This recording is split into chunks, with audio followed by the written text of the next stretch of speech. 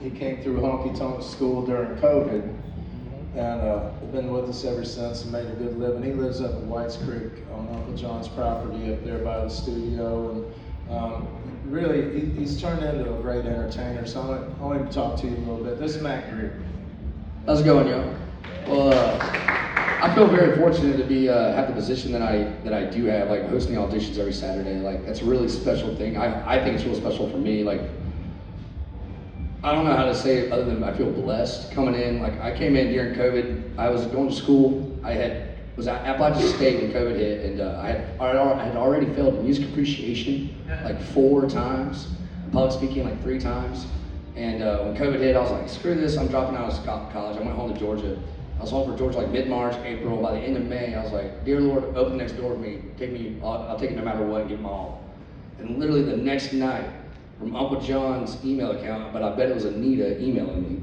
But it was like, I sent like a list of 30 songs. That's what I was reading on it. I was trying to go down and play at Panama City Beach last summer because I had a friend that was going down there for a birthday party. And so I was like, I'm gonna go try to play down there. I'm just gonna try to book a gig. Not knowing anything. And then I got an email back the next night. So that was on a Wednesday night, I said the prayer. On Thursday night, like 11 o'clock at night, I get an email from Uncle John at Tootsie's.net saying, come on Saturday for an audition. And at the time, we weren't doing the auditions over at Tootsie's because it was COVID. We were doing them at the Fontanelle. It was kind of like a sit-down room type of situation. And come up on Saturday at 10 a.m. or 11 a.m. or whatever, be there. And I had to wake up the next morning on Friday morning and tell my mom that was divine intervention that just took place the past couple nights. And she goes, how much does it cost? I was like, nothing, I just gotta go try it. And I came up, I played Nose to the Grindstone is one of my songs, and I played Folsom Prison Blues, and Scott Carter looked at me and goes, you played that wrong. And I was like, all right. And then Uncle John told me some things that I need to change myself, and I was like, all right, I'll do that. And I felt really fortunate because of COVID, and during that time frame, there's nothing else going on. And I had a lot of one-on-one time. My buddy Pierce White, who also plays in the mornings here at Kid Rocks. Me and him became like thick as thieves real quick because we were just buddies. Just became like that. And we were real fortunate to get a lot of one-on-one time with Uncle John during that time, right before he moved to Pompano, a year and a half ago, 2 years ago. But we had 2 years of like, I don't know, I can't even explain how like valuable that time was with Uncle John. Like Uncle John doesn't play any music. He doesn't sing, he's not musically inclined, but God bless, he's one of the smartest individuals I've ever met in my entire life. And one thing that he's always told me to be worried about is like, there's a bunch of con artists in this town, people that say they can give you everything, but they can't give you anything. You know, look out for these con artists, because they're just gonna try to manipulate you and just suck your soul out from you. And at first I was like, what do you know, you know? And sure enough, he's always just correct. I'm like, oh my goodness. But all that one-on-one time with Uncle John was really, really, really fortunate for me. And I know that he has trained Scott, Anita, and all of us to be, Morgan, all of us to think like him in those situations. Like I don't think any of us could be like Uncle John, but we can be like a part of Uncle John. You know what I mean? In a sense,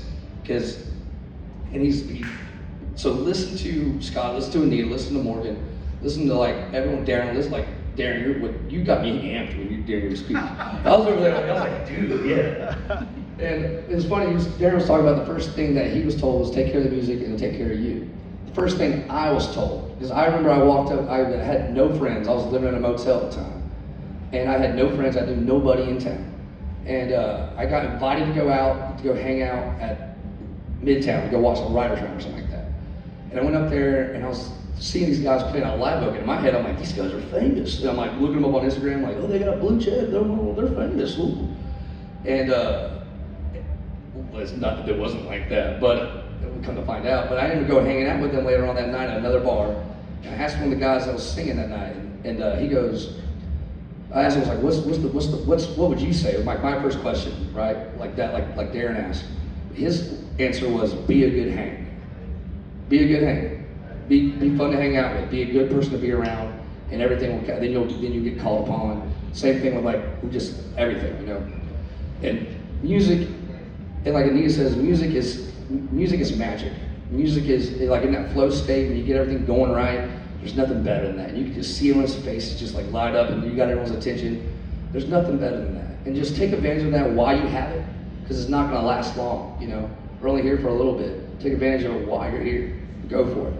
And I don't really know what to say more than that. You know, music is magic. Music is awesome. What you guys say? Well, Mac is put his band together, and it's awesome. We got him on Honky Tonk main stage, got him over Rippy's on the main stage over there, Tootsie sometimes and all that. But what Mac is doing now is he's branching out and he's starting a podcast. And I was one of the first guests on his show, which was awesome. We got to redo it. But it was a good trial run. He's going to be good. So if y'all are interested in getting on Mac's podcast, come over and see him. Right. So that's what Mac's doing, and holding it together, man. I'm proud of you. It's good, dude. I appreciate you. Love being a part of it. Too, buddy. Love having you. Hey, so what we're going to look